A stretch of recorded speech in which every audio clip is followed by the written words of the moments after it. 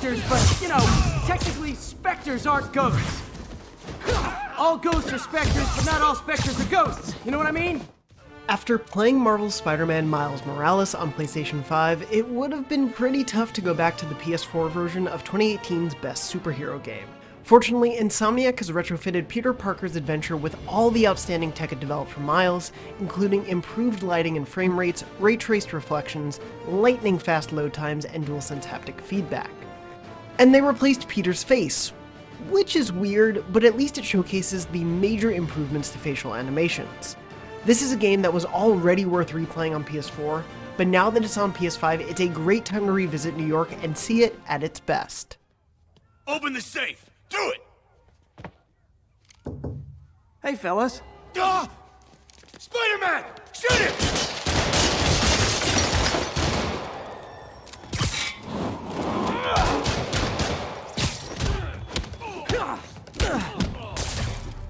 Back in my original Marvel Spider Man review, I called it great, highlighting its awesome swinging through New York City, its excellent Peter Parker story, and battles with familiar villains. I griped a bit about some suit powers being way better than others, and the repetitive optional missions being a drag, but it's overall one of the best superhero games ever made. 2 years later, all of that remains true, even next to the open-world side mission improvements I just played in Miles Morales. Insomniac's original Spidey tale is still a great Peter Parker adventure, even with a new face. Yes, it's certainly a little jarring at first, but I pretty quickly grew accustomed to this new look, and now I've come to like it actually quite a bit more than the originals. It looks more age-appropriate and more in line with the boyish but confident charm of Yuri Lowenthal's performance. The first moments of Peter and Mary Jane on screen together delighted me as much as they did the first time around, and the improved facial animations, less plasticky skin, and realistic hair tech gave me something new to look at in addition to their chemistry. It's a big step up. This is a trick question, isn't it? Saved by the siren.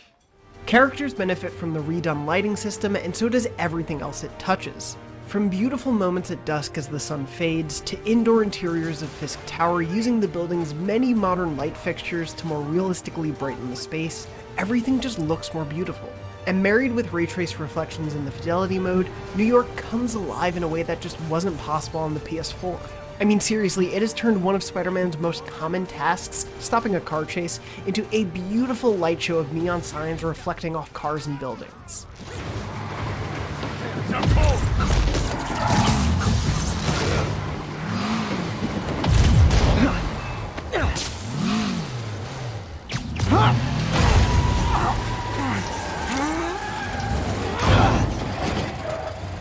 The DualSense is used pretty much exactly as it is in Miles Morales, which is excellent. I may never get the sensation of web slinging in real life.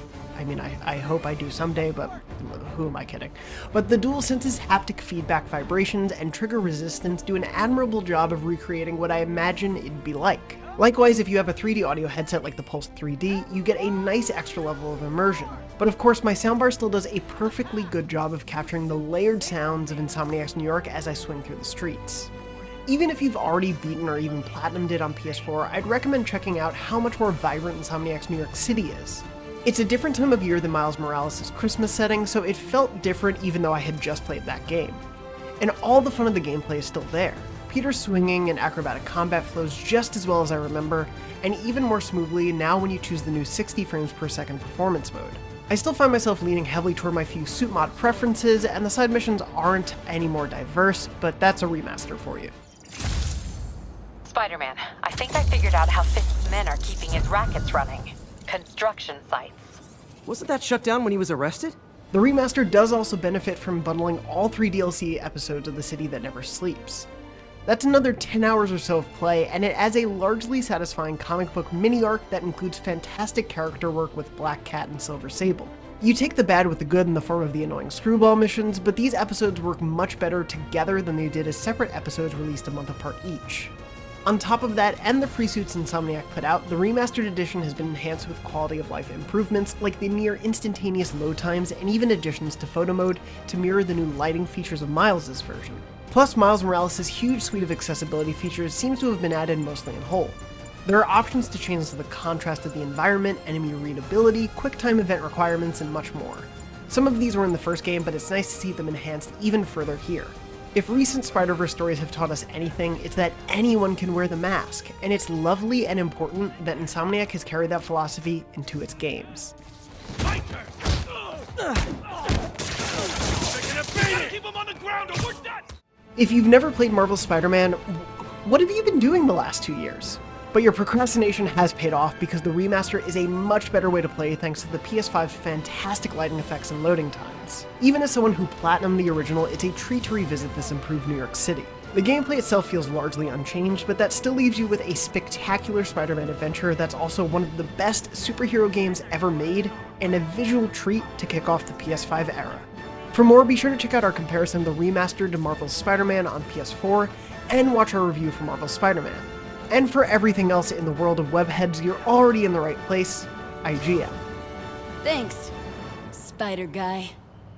It's Spider Man.